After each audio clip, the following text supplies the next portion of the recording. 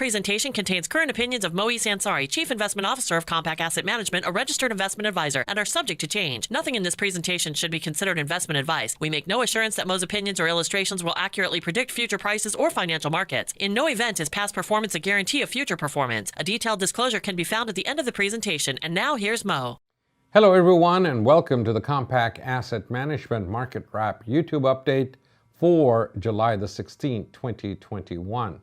I'm Moe Ansari, President of Compak Asset Management and host of Market Wrap. Before I start today's update, let me bring you up to date on the next webinar. It will be on the evening of the 21st.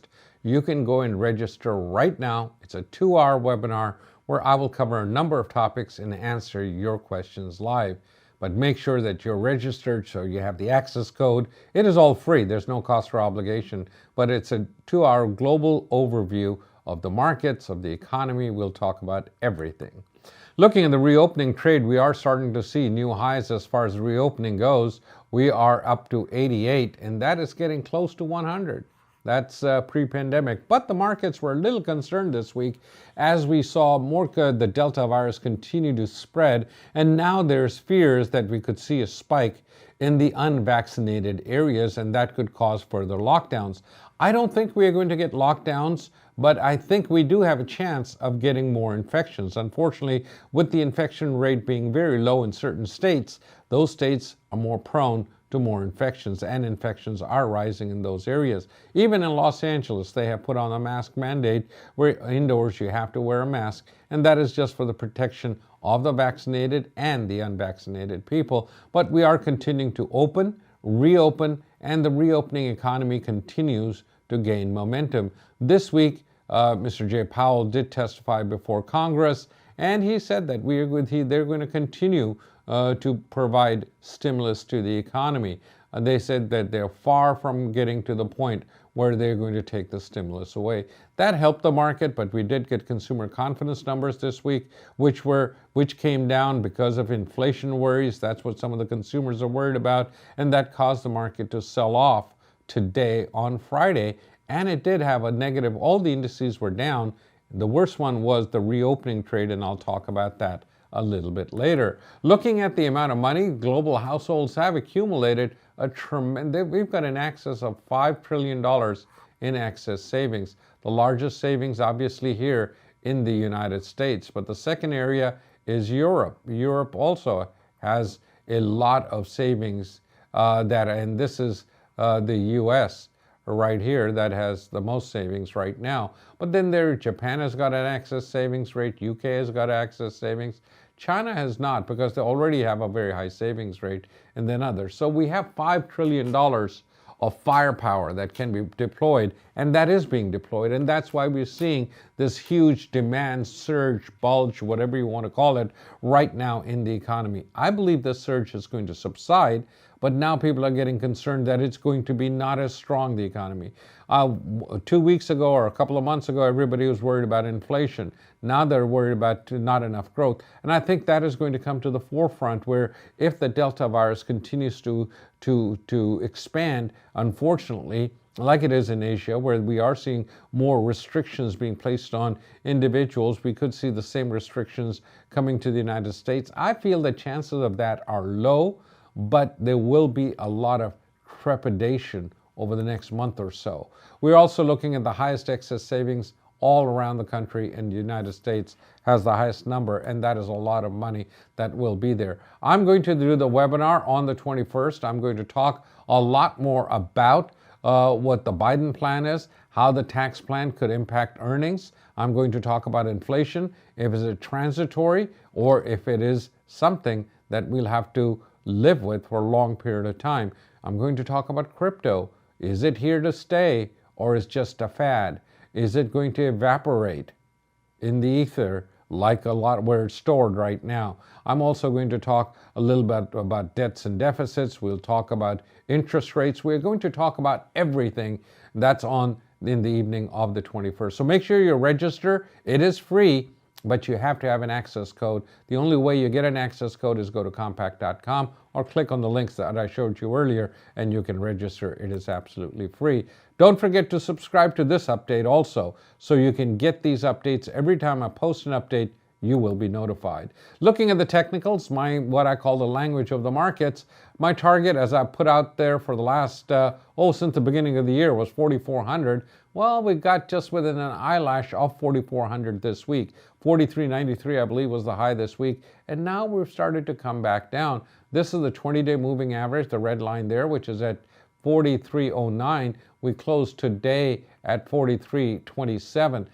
This is going to be the first line of support, the 20-day. Then we have more support at the 50-day moving average, which is 52.39. Everything moves in 5 waves. This is wave 3, wave 4, and seems like we are just completing wave 5. Once we complete, each one of these green and red lines is 1 day of trading. Once we complete wave 5, then we go through what is called an ABC correction, where we can get down move, up move, and down move, sort of a zigzag, or we can start 5 waves to the downside. Same thing on the weekly charts, where each one of these lines that you say, the red and the green lines that you're seeing, is 1 week of trading. Going back to about 2017, that's what we're seeing right here. And then we had wave 3, wave 4, wave 5 top. That was March of 2020. Then we had the COVID decline, and now we've started a new wave count. This is wave 1, wave 2, wave 3. This is where the third wave. I was looking for a third wave extension if we did get it to 44.75, and then we could even get to 46.50. Is that, as I said at the beginning of the year, are we going to get to 4,400 first before we get a correction? Are we going to get a correction? Looks like we got to 4,400. Now I think it's time for some doldrums. We've got to wring out the excess in the market. We've got everybody that has gone out and bought these reopening trades. They have to be squeezed over the next couple of months. And I believe we are going to see that with more volatility and maybe a downward bias to the market over August and September. Usually August and September are the worst months seasonally for the markets. But if you have a nicely diversified portfolio, you can sustain the little pullbacks. But if you have a concentrated portfolio, that could be a problem. Support is also at the 20-week moving average, which is this blue line right here, and that is at 42.50. But if we do start a fourth wave pullback, then we can come down to about 44,000 to about 39.55, and that is about a 10% correction from the top of the market, which is not unusual. Every year we see about a 14% pullback in the S&P from the high to the low. That's what we see every year. That's on average. We haven't seen that. I would not be surprised to see that pullback in the market. Nasdaq, the same thing, 14,750 was the target. We closed at 14,427 today. Still feel we got to about very close to 14.8 intraday, and now we close below the 50-day today. Next support is around 14,000, which is the 50-day moving average, and then we have more support at 13,000, which is 119, which is the 200-day moving average.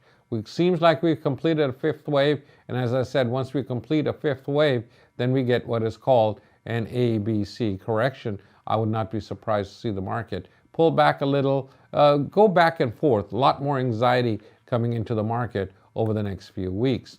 Weekly support, 13.8, that's the 20-week moving average. 12.8 is the 50-week moving average. And if we do see a pullback starting right here, and we are starting to see some kind of weakness, I don't know if it's going to last, it's going to be transitory, or we are going to see a little bit more choppiness. I would not be surprised to see a little bit more of a choppy market going into August and September. But make sure you have the right allocations. Make sure you know your risk number. If you don't know your risk number, make sure you know your portfolio's risk number, and make sure they match. If you don't know what I'm talking about, give us a call. We'll be more than happy to calculate your risk number. That's your financial and emotional risk number, and make sure you have a portfolio that matches that risk number. Gold market, disappointing this week. Came to the 200-day moving average, kissed it, and then said goodbye.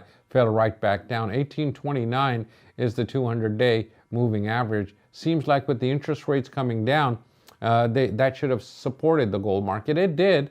Over the last couple of weeks, we've seen gold go up a little, but it's failing at the 200-day and the 50-day moving average. So if it can consistently get above 1830, we closed at 1812 today. It seems like if we can get there, then we can get here, which is 1960, and then this double top right, which is about 1920, and then the double top that we made last year in November and January of this year, which is around 1960.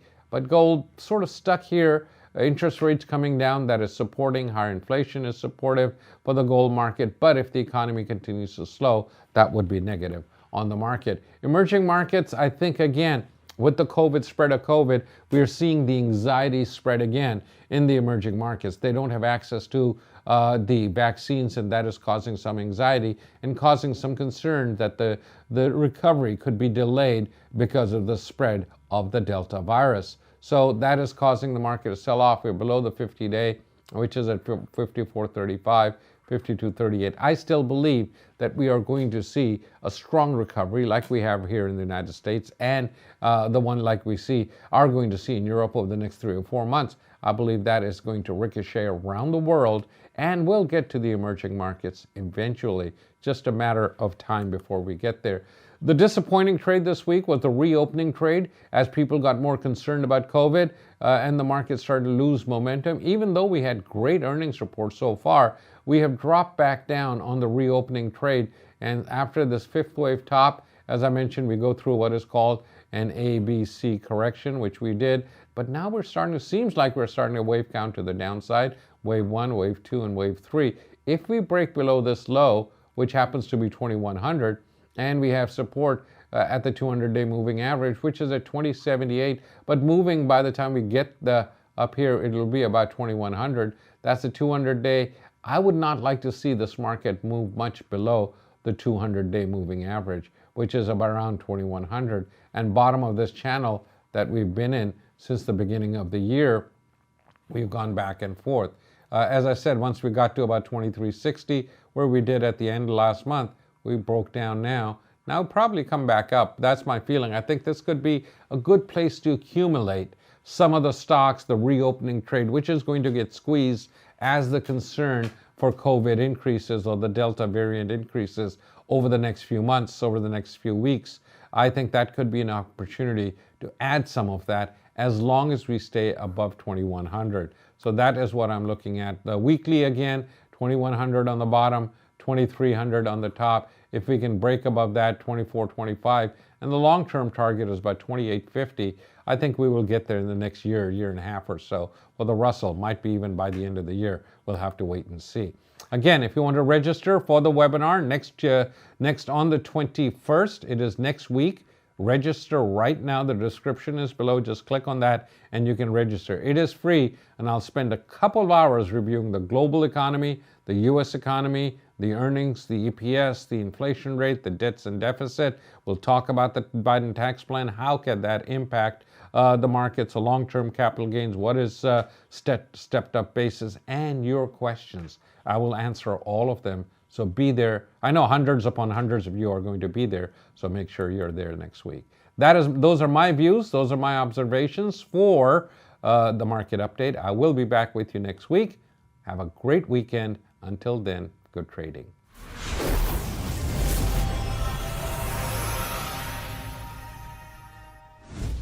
This presentation contains the current views and opinions of Moe Ansari, Chief Investment Officer of Compak Asset Management, a registered investment advisor. The views expressed are current only as of the date of this presentation and are subject to change. Nothing in this presentation should be considered investment advice, and nothing is personalized to any investor's individual circumstances. Compak Asset Management offers investment advice only after entering into an investment advisory agreement and gathering client-specific information about goals, objectives, financial status, and risk tolerance. This presentation uses terminology associated with technical analysis and provides charts to illustrate some of the concepts discussed. Technical analysis is a security analysis method with the goal of forecasting the direction of prices of securities or market indices through the study of past market data, primarily price and volume. We make no assurance that past performance or the use of technical analysis will accurately predict future prices. Further, a risk of technical analysis is that over-focus on historical patterns could lead to ignoring or downplaying security-specific concerns, overall market or sector concerns, or other factors because we assume inaccurately that historical patterns will repeat themselves. In no event is past performance a guarantee of future performance.